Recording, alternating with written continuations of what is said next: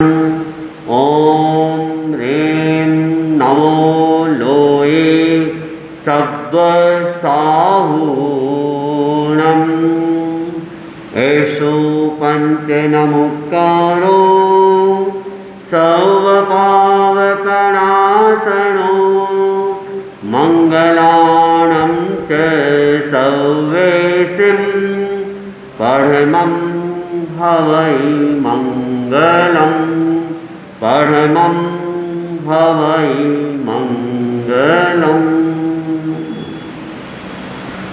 आराध्य के चरणों में सर्वभक्ति वंदना। श्रद्धेय शासन श्री मुनि श्री हर्षला स्वामी मुनि श्री पारस कुमार स्वामी को सर्वभक्ति वंदना। उपस्थित भाई और चैत्य पुरुष जग जाए, चैत्य पुरुष जग जाए, देव तुम्हारा पुण्य नाम मेरे मन में रम जाए। चैत्य पुरुष जग जाए। ओम ओम ओम ओम ओम ओम ओम ओम ओम ओम ओम उद्गाता अरहं अरहं अरहं अरहं अरहं अरहं त्राता। ओम ह्रीं श्रीं जय, ओम ह्रीं श्रीं जय, विजय ध्वजा लहराए। चैत्य पुरुष जग जाए। ओम जय भिक्षु भिक्षु जय। ओम ओम ह्रीं श्रीं ह्रीं श्रीं ह्रीं श्रीं विघ्न शमन ओम व्याधि शमन ओम क्लीं क्लीं क्लीं क्लीं क्लीं क्लीं। नाम मंत्र तव व्रण संग्रहण सतत अमृत बरसाए। चैत्य पुरुष जग जाए। मिटे विषमता तन की मन की, अनुभव की चिंतन की। पल पल पग पग मिले सफलता, तन्मयता चेतन की। नाम मंत्र तव भय हर विष हर, साम्य सिंधु गहराए। चैत्य पुरुष जग जाए। आत्मा भिन्न शरीर भिन्न है, तुमने मंत्र पढ़ाया। आत्मा अचल अरुज शिव शाश्वत, नश्वर है यह काया। आत्मा आत्मा के द्वारा ही आत्मा में लय पाए। चैत्य पुरुष जग जाए। तुम निरुपद्रव हम निरुपद्रव, तुम हम सब है आत्मा। तव जागृत आत्मा से हम सब बन जाए परमात्मा। ओम रं ह्रीं रं ह्रीं रं रं रं, अंतरमल धुल जाए। चैत्य पुरुष जग जाए। देव तुम्हारा पुण्य नाम मेरे मन में रम जाए। चैत्य पुरुष जग जाए। चैत्य पुरुष जग जाए।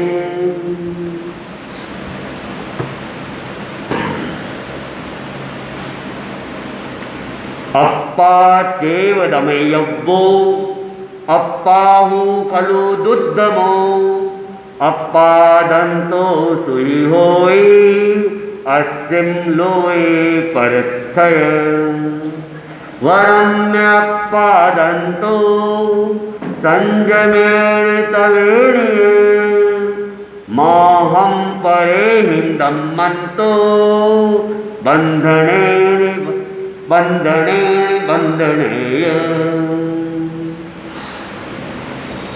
जैन आगम के अंदर कहा गया है कि अपनी आत्मा का दमन करना चाहिए, क्योंकि आत्मा ही दुर्दम है।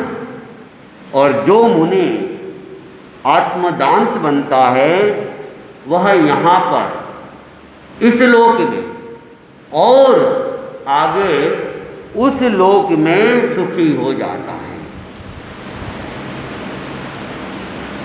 दूसरी बात कही गई कि अच्छा हो कि हम संयम के द्वारा और तप के द्वारा मैं स्वयं अपनी आत्मा का दमन करूं, कोई दूसरा मेरे पर वध या बंधन करे, यह मेरे लिए अच्छा नहीं है। तो दो बात है कि एक तो व्यक्ति स्वयं अपना संयम कर लेता है,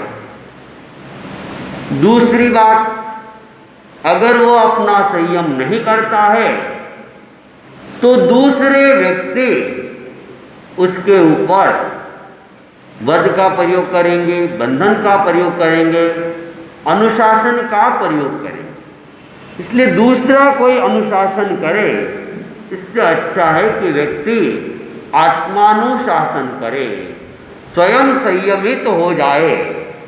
स्वयं संयमित हो जाता है तो फिर दूसरे के अनुशासन की अपेक्षा नहीं रहती है।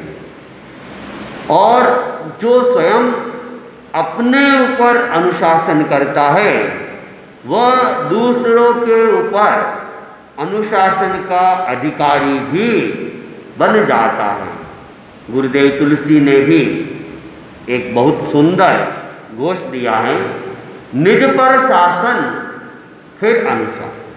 पहले हम क्या करें, अपने आप पर अनुशासन करें, फिर दूसरों के ऊपर अनुशासन की बात करें। और जब व्यक्ति संयमित होता है, अनुशासित होता है, तो वह अपने आप में सर्वप्रिय हो जाता है। और जहाँ खुद के ऊपर अनुशासन नहीं होता है तो फिर वह दूसरों की दृष्टि के अंदर भी अप्रिय हो सकता है। एक घटना आपने अनेक बार वैसे सुनी भी होगी। एक सेठ था और उस सेठ के कई बेटे हो गए और उसके बाद में एक बेटी होती है, लड़की होती है। और ऐसा देखा गया है, कहा भी जाता है कि जो वस्तु कम होती है उसकी मूल्यवत्ता बढ़ जाती है। तो अनेक भाइयों की वह अकेली बहन थी, छोटी भी थी, और जो घर में छोटा होता है उसके प्रति लाड़ बढ़ जाता है। तो सेठ की वह बेटी सबसे छोटी भी थी और अनेक लड़कों के बाद में हुई थी, तो सबका उसके प्रति लाड़ प्यार ज़्यादा था। अब बच्चे होते हैं, लाड़ प्यार किया जाता है, तब तक तो ठीक है, लेकिन जैसे जैसे उम्र बढ़ती है तो उसके ऊपर अनुशासन भी जरूरी होता है। और जो इस नीति शास्त्र को तोड़ देता है तो फिर अनेक बार गलत परिणाम भी भोगने पड़ते हैं।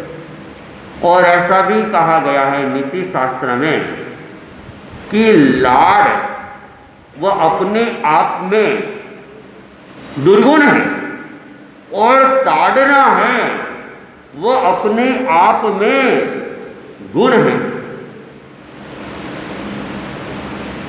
नीति शास्त्र की बात है। और ये भी कह सकते हैं कि लालना एक सीमा तक अच्छी हो सकती है और ताड़ना भी एक सीमा तक अच्छी हो सकती है। दोनों में संतुलन रहना चाहिए। लेकिन इस संतुलन की स्थिति नहीं रहती है, केवल ताड़ना ही हो वह भी हानिकारक बन जाए और केवल लाड़ ही लाड़ हो तो वह भी हानिकारक हो जाए। तो सेठ की इस बेटी के साथ भी यही हुआ। छोटी थी, अनेक भाइयों के बाद पैदा हुई थी, तो उसके प्रति लाड़ की भावना सबके मन में रहती थी। समय बीतता गया, धीरे धीरे वह बड़ी होने लगी, तो अत्यधिक लाड़ प्यार में पड़ने के कारण से उसका जो स्वभाव था वो थोड़ा बिगड़ता गया। आदतें बिगड़ती गई, चिड़चिड़ी होने लग गई और आवेश में भी आने लग गई। कुछ भी बोल देती थी, किसी को भी बोल देती थी, लेकिन फिर भी उसके ऊपर अनुशासन नहीं हो रहा था। तो धीरे धीरे धीरे धीरे उसका स्वभाव बिगड़ता गया। अब बिगड़ा तो इतना बिगड़ा कि वो किसी का भी ध्यान नहीं रखती थी, न छोटों का, न बड़ों का, न आस पड़ोस का। तो धीरे धीरे पूरे गांव के अंदर प्रसिद्ध हो गई। उसका स्वभाव बड़ा चंड था, तो वह पूरे गांव में फेमस हो गई और लोग उससे बचने की कोशिश करते थे। सेठ भी दुखी होने लग गया, लेकिन करता क्या, समय हाथ से निकल गया था एक तरह से। अब उसको कोई अच्छी बात भी कहते तो वो सुनती नहीं थी। बड़ी हुई तो अब शादी की चिंता होने लगी और वो पुराना जमाना था, 14, 15, 16 साल की उम्र में ही शादी कर दी जाती थी। तो अब सेठ भी देखने लगा कि बेटी बड़ी हो गई है, हमें इसका विवाह करना चाहिए। लेकिन गांव में तो सब उसकी करतूतों को जानता था, तो कोई भी व्यक्ति उसे अपने घर की बहू बनाना नहीं चाहता था। खूब लड़के भी गांव के देखे, लेकिन जिस किसी लड़के के लिए पूछते उनके माँ बाप कोई न कोई बहाना बना देते। सेठ भी समझ गया कि बेटी के स्वभाव से सब परिचित है, इसलिए यहाँ कोई भी इसके साथ रिश्ता करना नहीं चाहता है। और आसपास के गांवों में भी इसकी हवा फैल चुकी है, क्योंकि आसपास के गांवों में कोई न कोई रिश्तेदार मिल ही जाते हैं। तो आसपास के गांवों में भी कोई संबंध नहीं बैठा। तो सेठ ने फिर कहीं दूर दराज वहां पे उसका रिश्ता कर दिया। दूर दराज वाले को तो पूरी जानकारी होती नहीं है, इसलिए प्राचीन समय में प्राय यह देखा जाता था। और हमारे उधर शिवांशी मालानी के अंदर तो शादी की कुछ कैटेगरियाँ नियुक्त की गई। उसमें ये कैटेगरी थी कि अगर गांव में शादी होती है तो वो 1 नंबर की शादी है, क्योंकि गांव वाले लड़के से लड़की से दोनों से परिचित होते हैं। परिवार वालों से भी परिचित होते हैं और परिवार की गुडविल क्या है, खानदान कैसा है, ये जानकारी होती है।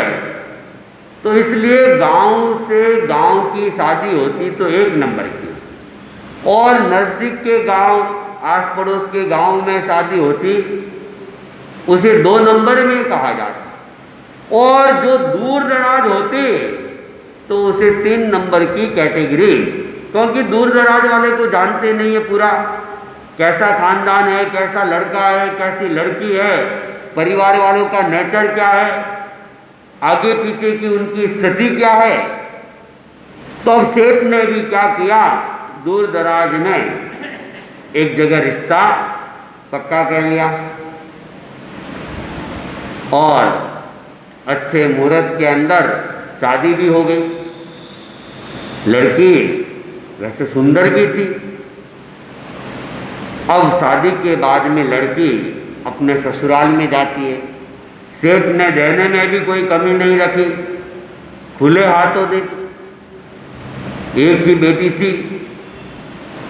अब ससुराल वाले वे भी बड़े प्रसन्न थे, खुश थे।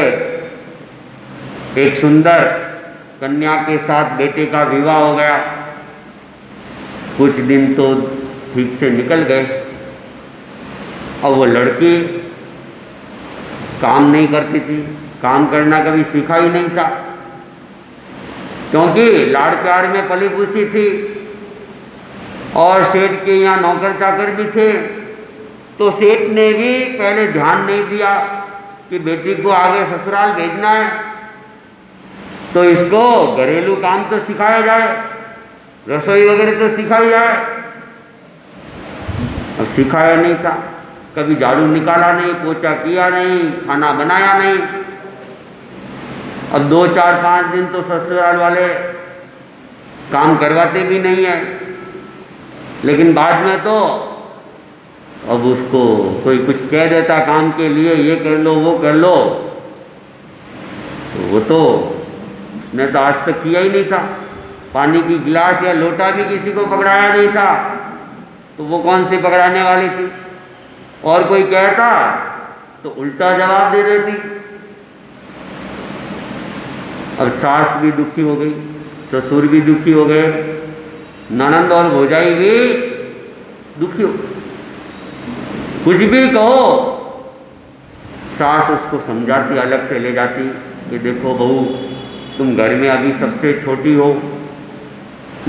इसलिए बड़ों का ध्यान रखना चाहिए, आदर करना चाहिए, उनका काम भी करना चाहिए। तो वह बहू उस सास को भी कहने लगी, मैंने तो अपने पियर में भी कभी कोई काम किया नहीं, और मैंने अपनी माँ की बात भी नहीं सुनी। आपकी कहाँ सुनने वाली? मुझे कोई एक कहेगा तो मैं 5 सुनाऊंगी। अब थोड़े ही दिन के अंदर घर का वातावरण कलहपूर्ण वातावरण हो गया, अशांत वातावरण हो गया। सारे परिवार वाले दुखी हो गए और सोचने लगे गलती हो गई, पहले पूरी जानकारी की नहीं और बिना जानकारी के ये रिश्ता किया और घर को क्या है नरक बना दिया। करे क्या? उधर वह कन्या, वह भी कलहपूर्ण वातावरण में अशांत हो रही थी, क्योंकि जब वातावरण घर में ही अशांत है, कलह से भरा हुआ हो, तो कोई भी व्यक्ति सुखी नहीं रह सकता है। तो वह कलह करने वाली भी कलह का सामना कर रही थी। लोग उसको फिर छेड़ते रहते थे, बार बार कुछ न कुछ टोकते रहते थे। वह भी दुखी, वे भी दुखी। इधर कन्या का बाप, उसने सोचा विवाह हो गया है, बेटी को ससुराल भेज दिया गया है, एक बार बेटी को वापस बुला लेना चाहिए। तो बाप ने अपने बेटे को कहा कि तुम जाओ और अपनी बहन को लेके आओ। तो वो भाई अपनी बहन को लेने के लिए जाता है। बहन के ससुर को पता चलता है। ससुर ने उस बहन की सास को समाचार दिया कि बहू का भाई आया है और लेने के लिए आया है। और ये बात जैसे ही सुनी, सासू जी तो एकदम जैसे खुश हो गए और घर में घी के दीपक जलाने लगी, जैसे दिवाली आ गई हो।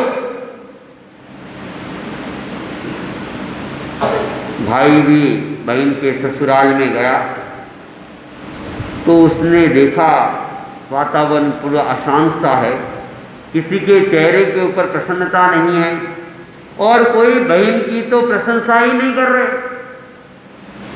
नहीं तो कोई आते पीर वाले तो थोड़ी बहुत तो प्रशंसा कर ही लेते, लेकिन यहाँ तो बिल्कुल भी बात नहीं। और बहन को खुशी खुशी ससुराल वालों ने क्या कर दिया, विदा कर लिया। वो भाई अपनी बहन को लेके घर आता है और जैसे ही वो बहन घर पे पहुंचती है, माता पिता को प्रणाम करती है। और पिता ने पूछ लिया, कैसे बेटी, ठीक तो है? और बस पूछने की देरी थी। कोई व्यक्ति अगर दुखी हुआ हो, भरा हुआ हो और कोई उसको थोड़ा सा भी पूछ लेता है तो क्या होता है, वो सारा भरा हुआ बाहर निकल जाता है। वो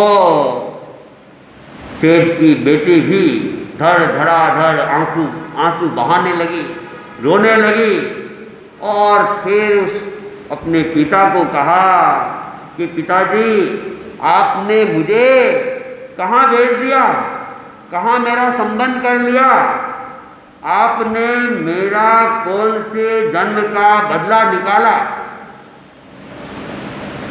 इस शादी की जगह तो आप मुझे कुएं में गिरा देते, आग में जला देते तो भी अच्छा होता। तब पिता ने पूछा, क्या बात है, वहाँ तुम्हें सुख नहीं है क्या? तो उसने कहा, सुख क्या, सुख का तो नाम ही नहीं है, वहाँ तो केवल दुख ही दुख है। पिता ने पूछा, अरे वो तुम्हारे जो ससुर जी हैं वो कैसे हैं? अरे वे, उनका तो क्या कहना, डाकी है, डाकी, एक नंबर के डाकी है। और वो सासू जी, वो तो ठीक होगी? कि नहीं नहीं, वो कौन सी कम है, वो ससुर जी से भी 4 कदम आगे है, बनी बनाई डायन है, डायन।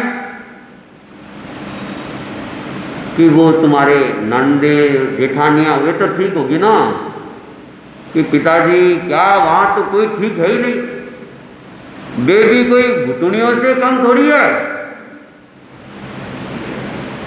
कि वो तुम्हारे पति तो अच्छा होगा, पति तो ठीक रखता होगा। अरे वो तो यम का अवतार है। कि ससुराल कैसा है, कि ससुराल क्या है, शमशान है, जहाँ भूत काटने को आते हैं वैसे ही वहाँ सबके सब मुझे काटने को आते हैं। अब मैं वापस वहाँ नहीं जाऊंगी, मुझे उस ससुराल में अब जाना ही नहीं है। पिता ने उसको कहा, ठीक है बेटी, मत जाना तुम, शांति से यहीं रहो, धैर्य बंधाया। और अब वो बेटी वहाँ रहने लगी। अब पिता ने देखा क्या करे, कैसे समझाए इसको, ससुराल तो भेजना पड़ेगा। और पुराना ज़माना था, आज का ज़माना तो है नहीं। पुराने ज़माने में तो कुछ दिन भी ज़्यादा रह जाए तो गांव में ढिंडोरा हो जाता था, चर्चा हो जाती थी कि अमुक की बेटी घर बैठी है। और शान शौकत के ऊपर प्रश्न खड़े हो जाते थे। आजकल तो जमाना बदल गया। ससुराल जाती है और अनेक घटनाएं तो ऐसे सुनती है कि रात निकलती है और दूसरे दिन ही घर आ जाती है। नहीं जाना है, थोड़े दिन बीतते हैं घर आ जाती है। कोई साल 2 साल रह जाती है। और ऐसे भी कई किस्से होते हैं कि 15-15, 20-20 वर्ष भी रहे तो फिर कहते कि नहीं, अब तो मुझे तलाक लेना है। लेकिन वो जमाना, उसमें तलाक की बात तो बहुत दूर की होती थी। कोई लाखों करोड़ों घटनाओं में एक आध घटना भी हो, वह भी बड़ी आश्चर्यकारी। तो वो पिता ने सोचा कैसे समझाए, कैसे मनाए। पिता समझदार था, शांत स्वभाव का भी था। पिता ने उसको बड़ा लाड़ प्यार के साथ में रखा और एक दिन अवसर देख के उसको कहा, बेटी मेरे पास एक मंत्र है। संतों ने मुझे एक मंत्र दिया था और वो मंत्र बड़ा चमत्कारी है। कोई उसकी साधना कर ले तो मंत्र क्या है, सिद्ध हो जाता है। और सिद्ध होने के बाद तो सब लोग वशीभूत हो जाते हैं। बेटी ने कहा, पिताजी कौन सा वो मंत्र है, आप मुझे वो मंत्र बताए। तब पिता ने कहा कि बेटी मंत्र तो बहुत सीधा साधा है,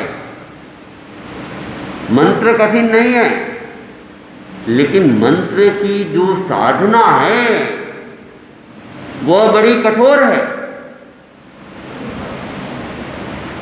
बेटी ने कहा कोई बात नहीं, कठोर है तो क्या है, मैं उसको साधने का पूरा प्रयास करूंगी। कितने समय तक साधना करनी होगी? तब पिता ने कहा कि अगर उसको सही विधि से किया जाता है और विधि विधान की अनुपालना पूरी होती है और हमारी तन्मयता, एकाग्रता, निष्ठा उस मंत्र के प्रति रहती है तो 6 महीनों में ही मंत्र सिद्ध हो सकता है। और अनुपालना नहीं हो तो फिर उसके लिए तो कोई समय सीमा है ही नहीं। तो क्या अनुपालना क्या है? तब पिता ने कहा कि अनुपालना यह है कि 6 महीने के दौरान साधना काल में किसी के ऊपर क्रोध नहीं करना है, गुस्सा नहीं करना है, अपशब्द नहीं बोलने हैं, और कोई हमारे साथ वैसा व्यवहार भी कर ले तो शांत रहना है, मौन रहना है, हाथ जोड़ लेने हैं और प्रसन्नता से उस घटना को आई गई करना है। अगर एक क्षण के लिए भी गुस्सा आ गया और क्रोध कर लिया तो सारी साधना फेल हो जाएगी।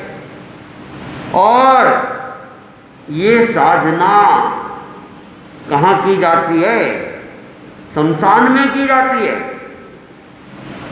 तो तुम्हारे लिए तो तुम्हारा ससुराल ही क्या है? शमशान है। तो तुम वहाँ जाकर भी ये साधना करोगी तो वो साधना तुम्हारी सफल हो सकती, लेकिन ध्यान रखना पड़ेगा। बेटी ने कहा ससुराल तो जाने की इच्छा नहीं है, अब वहाँ नहीं जाना है। तो पिता ने कहा ठीक है, वहाँ नहीं जाना है तो फिर शमशान में चले जाओ, गांव के बाहर है। नहीं नहीं नहीं, वहाँ तो नहीं रह सकते, वहाँ तो रात को डर लगता है। तो पिता ने कहा फिर तो देखो, या तो साधना नहीं होगी, साधना करनी है तो फिर शमशान या शमशान जैसी जगह में रहना पड़ेगा। तब उस बेटी ने कहा ठीक है, फिर तो शमशान में ही जाते, वहाँ पे ससुराल ही जाती हूँ, वहीं रह के साधना करूँगी। पिता ने कहा देख सोच ले, ध्यान रखना, गुस्सा नहीं करना है, शांत रहना है, कोई कुछ भी कहे हाथ जोड़ लेना है। बेटी ने कहा ठीक है पिताजी, कोशिश करूंगी, कोई कुछ भी कहेगा मौन रहूंगी, गुस्सा नहीं करूंगी। पिता ने कहा तुम ऐसा करो, मंत्र तो सीख लो, फिर वहाँ जाके साधना करना, लेकिन उससे पहले तुम अपनी माँ से थोड़े दिन घरेलू काम भी सीख लो, क्योंकि तुम वहाँ जाओगी, काम के लिए कहेंगे, काम करोगे नहीं तो फिर वे लोग बार बार छेड़ेंगे तो गुस्सा आ जाएगा। इसलिए थोड़ा काम का सीखा हुआ होगा, हम काम करेंगे तो हमें कहने का सुनने का अवसर कम मिलेगा। उसने कहा ठीक है पिताजी। तब वो माँ के पास में काम को सीखने लगी, खाना बनाना भी सीखने लगी और झाड़ू पोछा भी सीखने लगी, और साथ साथ में पिता ने मंत्र भी सिखा लिया, एक बार चालू करवा दिया और कहा अभी से अभ्यास करो। फिर 6 महीने की साधना ससुराल में करनी है, तो यहाँ केवल एक बार अभ्यास कर लो। तब वो वहाँ अभ्यास भी करने लगी। अब उसके भाभियाँ भी कुछ कह देती, भाई भी कुछ कह देते, तो वो क्या करती, मौन रहती और समय पे काम करने लगती। गुस्से का अवसर आता फिर भी वो गुस्सा नहीं करती, हाथ जोड़ के प्रसन्नता के साथ उस घटना को आई गई। अब कुछ दिनों बाद पिता ने ससुराल वालों को पत्र भेजा कि आप अपनी बहू को ले जाओ। पत्र भेजा, पत्र का वापस कोई जवाब भी नहीं आया। एक पत्र भेजा, 2 पत्र भेजा, 3 पत्र भेज दिए, लेकिन कोई जवाब नहीं। न तो कोई आ रहे हैं, न पत्र का जवाब दे रहे। उन्होंने जवाई के ऊपर भी दबाव डाला, लेकिन उसका भी कोई जवाब नहीं। पिता समझ गया कि ससुराल वाले तो गले तक ढके हुए हैं, अब वे तो इसे किसी भी स्थिति में ले जाना नहीं चाहते। तो उन्होंने अपने बेटे को ही कहा कि बेटा जाओ और तुम अपनी बहन को छोड़ के आओ। तो भाई अपनी बहन को लेके जाता है। रास्ते में जहाँ गांव में पहुँचते तो गांव में रास्ते में ही ससुर जी मिलते, देखते अरे बहू आ गई। उसके तो जैसे बीपी हाई लो होने लग गई, और वो ससुर तो घर भागता है और कहता है वो बहू तो आ गई है, उसका भाई लेके आ गया है। सास ने सुना और कहा कि वो घर आ जाएगी, घर फिर नरक हो जाएगा, इसलिए कोई बहाना करो, उनको रिटर्न करो। लेकिन अब वो ससुर कहता है आ गई है, इस तरह रिश्ता तोड़ना भी ठीक नहीं है, अपने घर की सदस्य है, जैसे भी है निभाना तो पड़ेगा। तलाक का तो उस समय कोई प्रावधान होता ही नहीं था। तो बिना मन वो भाई ने भी देखा, ससुराल में गए बहन के, लेकिन किसी के चेहरे पे कोई खुशी नहीं है आने की। भाई के साथ तो फिर भी चलो व्यवहार निभा दिया। वो बहन को छोड़ के भाई तो वापिस अपने घर आ गया, और उधर वो बहन सासू के पास में बैठती है। सासू व्यवहार के नाते उसको हालचाल पूछती है, घर के समाचार पूछती है। वो बड़ी शांति के साथ सासू को जवाब दे रही है। सासू ने कुछ काम भी दे दिया तो बहू ने बड़ी शांति के साथ काम किया। इतने में कुछ नंदे आई, परेशान तो सब हुए हुए ही थे। नंदों ने जैसे ही भाभी को देखा और कहा, अरे ये बला कहाँ से आ गई, मेरे भाई का जीवन तो वैसे ही इसने आसान कर दिया।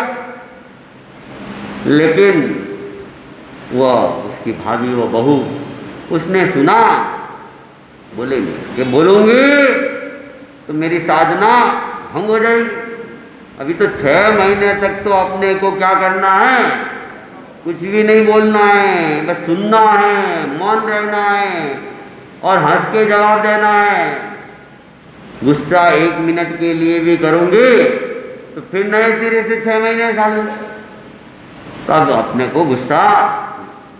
तो ननद सुना रही है और उसने हाथ जोड़ लिए, मुस्कुरा दी और माला फेरने लग गई।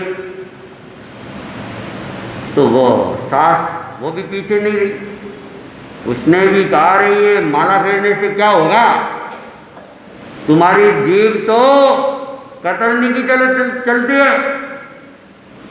लेकिन बहू फिर भी मौन। जेठानियों ने भी अवसर देखा, आग में घी का काम वे भी करने लगे, लेकिन फिर भी ये बहू तो, ससुर ये सब देख रहा था। तो ससुर ने देखा, अरे बहू तो बेचारी शांत है, वो तो किसी को कुछ कह ही नहीं रही है, ये जानबूझ के इनको छेड़ रहे हैं, फिर तो किसी को भी गुस्सा आ सकता है। अभी तो ये आई है, इसने कुछ किया भी नहीं और ये लोग इनको छेड़ रहे हैं, ये तो अच्छा नहीं है। और ससुर ने तत्काल सबको कहा, अरे ये क्या कर रहे हो, बहू बेचारी शांत है, वो किसी को कुछ भी नहीं कह रही है और आप इसको परेशान करते जा रहे हो। सब शांत, सेठ के सामने सब चुप, मौन हो गए। और बहू ने देखा, अरे आज तो पहला दिन ही है और पहले दिन में ही मेरे मौन रहने से, मेरे शांत रहने से ससुर जी प्रभावित हो गए। तो धीरे धीरे 6 महीने में तो ये मंत्र पूरा काम कर जाएगा, सब वशीभूत हो जाएंगे। अभी ससुर जी हुए, सासू जी भी हो जाएंगे, ये नंदे भी हो जाएगी। अब मुझे इस मंत्र का पूरा ध्यान रखना है और पूरा ध्यान रखना है, मौन रहना है, गुस्सा नहीं करना है। अब वह क्या करती, बराबर जाप करती और अवसर आता गुस्से का तो वो मौन, बिल्कुल बोलना नहीं। तो धीरे धीरे धीरे स्थिति बदलती गई। कुछ दिन में सास भी अनुकूल हो गई और समय पे काम करती थी, नंदों का काम भी कर लेती थी, जेठानियों का काम भी कर लेती थी, साफ सफाई भी पूरी करती थी, घर की जिम्मेदारी भी पूरी रखती थी। तो सब निश्चिंत हो गए। तो अब लोगों ने, सबने कहना भी छोड़ दिया और सारी की सारी जिम्मेदारी भी उसके ऊपर देनी चालू कर दी। 3-4 महीने में तो घर की तिजोरियों की चाबियाँ भी उसको पकड़ा दी, धान के भंडार वगैरह भी उसको पकड़ा दिए कि बस तुम्हें जैसा भी। और जब कभी भी वो कोई काम बताती, उसका काम तत्काल हो जाता था। घर का वातावरण बिल्कुल शांत रहने लग गया, सब प्रसन्न मना रहने लगे और सोचने लगे, आखिर तो कुलीन परिवार की है, बचपने के कारण से पहले कर लिया होगा, लेकिन अब धीरे धीरे समझदार हो गई, अब इसका नेचर अच्छा हो गया, अब तो परिवार में उसके बिना काम नहीं चलता। सुबह से शाम क्या करना है, कैसे करना है, सब उसकी देख रेख में उसको पूछ के। उधर उसके पिताजी, उसने भी देखा, भाई बहन बेटी को बुलाना चाहिए, एक बार देखना चाहिए। 6 महीने भी हो गए, क्या हुआ? तो उन्होंने पत्र भिजवाया कि आप हमारी बेटी को भिजवाओ। तो इन्होंने कहा, अभी तो हम भिजवाने की स्थिति में ही नहीं है, अभी आगे तो लड़की की शादी आ रही है और इसके बिना तो कोई काम होता ही नहीं है। अभी हम नहीं भिजवाएंगे और आप भी किसी को भेजना मत, 1 पत्र 2 पत्र। लेकिन इन्होंने, तब सेठ ने देखा एक बार बुलाना तो चाहिए, तो सेठ ने अपने बेटे को भेजा। बेटा ससुराल गया तो चारों तरफ वातावरण प्रसन्न बना था और सब बहन की प्रशंसा कर रहे थे। और उसने कहा भाई मैं तो लेने के लिए आया हूँ। उन्होंने कहा हमने तो मना करवाया था, अभी तो हम भेज ही नहीं सकते, ये चली जाएगी, पीछे काम कैसे चलेगा। उसने कहा कि भाई आप एक बार तो भेजो। पिताजी ने कहा एक बार लेके आना। तो उन्होंने कहा कुछ दिन के लिए हम भेज सकते, लेकिन ज़्यादा आप लंबा मत रखना। तो भाई बहन को घर लेके आता है। पिताजी दरवाजे पर ही खड़े थे और पिताजी ने उसके चेहरे को देखा तो वो चेहरा एकदम खुश था, प्रसन्न बना था। तो पिताजी समझ गए कि मंत्र तो काम कर गए। वो आई, प्रणाम वगैरह किया, अंदर बैठी। फिर पिता ने पूछा अरे कैसे बेटी, कैसे अब? कि बहुत प्रसन्न हूँ पिताजी, आपने मेरे ऊपर बड़ा उपकार कर लिया, आपने क्या मंत्र दिया, अब तो पूरा परिवार वशीभूत है, जैसा मैं कहती हूँ वैसा ही करते। कि ससुर कैसे है? कि पिताजी वो तो आपसे भी ज़्यादा मेरा ख्याल रखते हैं। और कि वो सासू जी, वो जो दायन जिसको तुम बता रही थी वो कैसी है? कि नहीं वो तो मेरी माँ से भी ज़्यादा मेरा ध्यान रखती है, वो कोई दायन नहीं है, वो तो देवी है, देवी। कि वे नंदे और जेठानियाँ जो भूतनियाँ थी वो कैसी है? कि नहीं वे तो सभी बहनों से भी ज़्यादा मेरा ख्याल रखते हैं। और वो यमराज कैसा है, तुम्हारा पति कैसा है यमराज? कि नहीं वो तो आपके जो जमाई हैं वो तो परमेश्वर है, साक्षात परमेश्वर है। वो मंत्र ने सबको बदल दिया। अब तो माँ मेरा परिवार एक स्वर्ग की तरह, अब शमशान नहीं रहा, वो स्वर्ग बन गया है और मैं वहाँ बहुत सुखी हूँ और मेरे कारण से भी सब सुखी है। तब पिता ने कहा कि देख खुद बदल जाते हैं तो सामने वाले भी बदल जाते हैं। तुमने अपने जीवन में परिवर्तन लाया, मौन रही, शांत रही, माला फेरती रही, जप करती रही, तो सब कुछ अनुकूल होगा। इसलिए जाप को भी नहीं छोड़ना है और अपने ये शांत नेचर को भी नहीं छोड़ना है। कभी किसी को ईंट का जवाब पत्थर से नहीं देना है, एक के बदले 5 नहीं सुनानी है, तो ये स्वर्ग बना रहेगा। उसने कहा नहीं पिताजी, अब मैं सब ध्यान रखूंगी। और पिता के पास धार्मिक भी था तो उसे कुछ धर्म के संस्कार भी दिए और कुछ ज्ञान की बातें भी सिखाई और उसको सीख के फिर वह वापस अपने ससुराल जाते हैं। और ससुराल में जाके खुद तो धर्म ज्ञान करती ही है, परिवार वालों में भी धर्म के वे बीज बोने लगती है और उनमें भी धर्म का संस्कार वह करवाने लग जाए। तो इस प्रकार व्यक्ति अगर चाहे अपने स्वभाव को बदलना तो वो बदल सकता है। खुद के ऊपर वह संयम कर ले, खुद के ऊपर अनुशासन कर ले, तो फिर कहीं पर भी दूसरों की बंधन की अपेक्षा नहीं रहती है, दूसरों के द्वारा फिर प्रताड़ित नहीं होना पड़ता है। लेकिन जो व्यक्ति स्वयं पर नियंत्रण नहीं रखता है, संयम नहीं रखता है, अनुशासन नहीं रखता है, तो भगवान कहते हैं कि फिर उसके ऊपर दूसरे लोग लगाम खींचते हैं, अनुशासन करते हैं। इसलिए अगर हमें इस जन्म में भी सुखी रहना है और आगे भी सुखी बनना है तो हम अपने जीवन को संयमित करें, अपने जीवन को अनुशासित करें, अपने आप में जो कमियां हैं उन कमियों के ऊपर हम अंकुश लगाने का प्रयास करें, अपने आप को बदलने का प्रयास करें।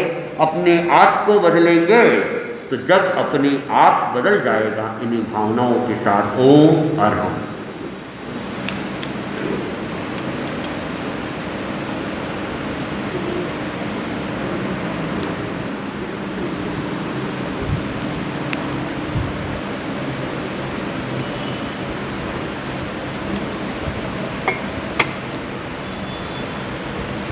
परमाराध्य पूज्य गुरुदेव को वंदन। आदरणीय मनुष्य प्रकाश कुमार जी, मनुष्य वसंत कुमार जी। आगम वाणी में कहा गया है, अक्का सेव दमे यज्ञो अक्का हूँ फल दुद्म अक्का दंतो सुही हुई अश्विन लोये फरत। अभी जो अब वर्ण सुन रहे थे कृष्ण मुनि से, इसका सार यही है कि अपने आत्मा का जनन करो, अपने आत्मा का संयम करो। अपने मन का अगर संयम होगा तो इस लोक में और परलोक में भी आप सुखी बनोगे। कई दिनों से जो प्रवचन का क्रम चल रहा था, हालांकि दिन पे छोटे हो गए, इसलिए मनुष्य कृष्ण कुमार जी का प्रवचन ज़्यादा लंबा होना चाहिए, इसलिए अब से हमारा प्रवचन बंद रहेगा। सिर्फ जो बात पहले मैं कर रहा था, मैंने शुरू कर रखी थी संगम गंवाने की बात। आपने बीच में 2 दिन दूसरे प्रकरण चल गए, वो बात चली नहीं। तो संगम ने मुनि को खीर का दान दिया, बड़े आग्रह से खीर बनवाई थी। एक बिंदु भी उसे नहीं खाई और मुनि को बहरा दी। बहराने के बाद में उसके भाव बड़े उज्ज्वल बने और उसने उनमें सोचा कि माँ ने कहा था कि जिस दिन अपने घर में आएंगे ये मुनि अपन निहाल हो जाएंगे, तो अब मुझे निहाल होना है। फिर जो थाली में चिपकी हुई खीर थी उसको चाट रहा था। माँ पानी लेकर के आई और थाली को चाटते देखा तो माँ के मन में विचार आया कि इतनी खीर मैंने इसको परोसी थी, मिनटों में ये खा गया और थाली को चाट रहा है, कितना भूखा रहता होगा। माँ तो इस भावना से विचार कर रही थी। माँ ने कहा, अरे और भी खीर पड़ी है, थोड़ी और ले ले, आज भाग करके खा ले। तो उसने सोचा कि अब माँ के खीर मैं नहीं लूँगा। शुभ भाव से वह बढ़ रहा था, परंतु रात को अचानक कोई ऐसी बीमारी का प्रकोप हुआ कि संगम का देहांत हो, संगम की मृत्यु हो गई। परंतु उस समय के अंदर मनुष्य का आयुष्य उसने बांध लिया था। अगर सम्यक्ति होता तो उनका आयुष्य बनता, पर सम्यक्ति तो नहीं था।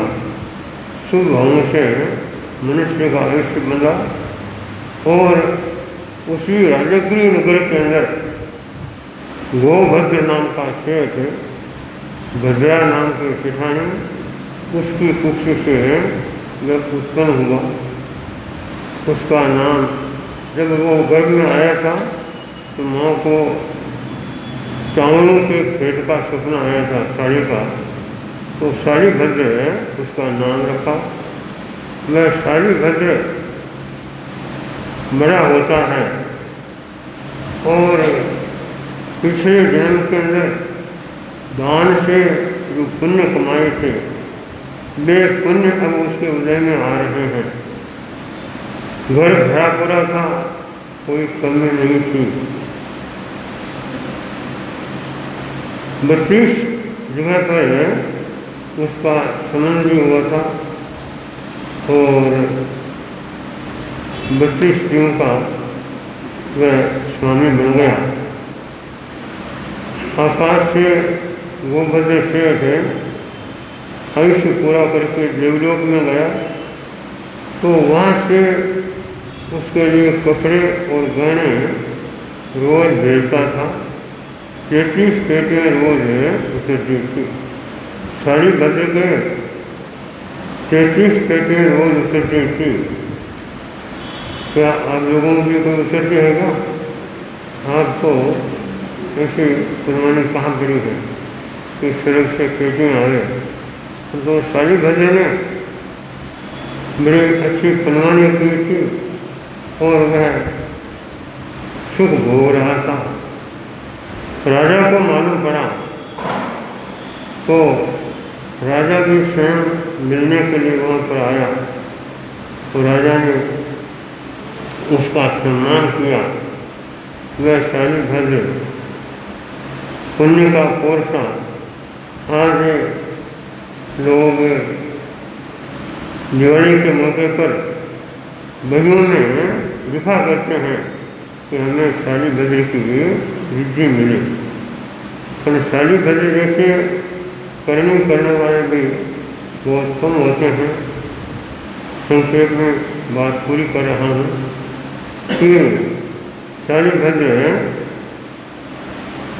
के जंजी की प्रेरणा से, जंजी उनके बहने थे, जंजी के 8 स्त्रियाँ थी, वो शालिभद्र के 32 थी। जंजी और शालिभद्र जी दोनों ने भगवान महावीर के पास में दीक्षा ली और दीक्षा लेकर के मास कमल की तपस्या शालिभद्र ने करनी शुरू कर दी। कई मास कमल उसके हो गए और एक दिन में मास कमल की तपस्या के पालने के लिए जा रहे थे तो रास्ते के अंदर एक ग्वालन मिली जिसके पास में दूध था। तो बड़े आग्रह करके और उसने मुनि को दूध गिराया।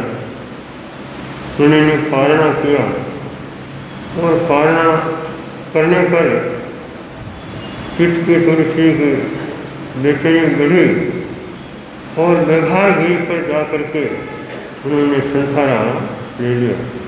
शालिभद्र ने अंतिम में समय में संसारा लिया। उसकी माता जो भद्रा थी, जिसके घर पर गोची के लिए वे गए थे, परंतु कोड़ियों के कारण से यानी प्रतिहार के कारण से अंदर नहीं जा सके, उसको बड़ा दुख लगा। वह भगवान से आकर के माफ़ी मांगती है और पूछती है कि शालिभद्र कहाँ है। तो व्यवहारगिरी के ऊपर अमूद के ऊपर संसारा लिया है। शालिभद्र ने संसारा भी कौन सा लिया जिसको कहते हैं पादपोगमन, वह संसारा लिया और अंतिम समय उनका आ रहा था। माता को देख करके और शालिभद्र के मन के अंदर थोड़ा सा भाव आया और उसी समय के अंदर आयुष्य पूरा करके और शालिभद्र कहा जाता है कि सर्वार्थ विमान यानी एक प्रकार की छोटी मुक्ति है, वहाँ बहुत लंबा आयुष्य है, उसमें जा करके और ये उत्पन्न होते हैं। तो मूल बात यह है कि मोक्ष के जो 4 मार्ग है, दान, शील, तप और भाव है, तो शालिभद्र ने पूर्व जीवन के अंदर मुनि को दान दिया था और दान के कारण से इतनी बड़ी रिद्धि मिली और उस रिद्धि से आगे पुण्य बढ़ते गए, संयम लिया, संसारा किया और अनंत विमान में देवता बने। तो ऐसे महामुनि को हमारा भी नमस्कार है।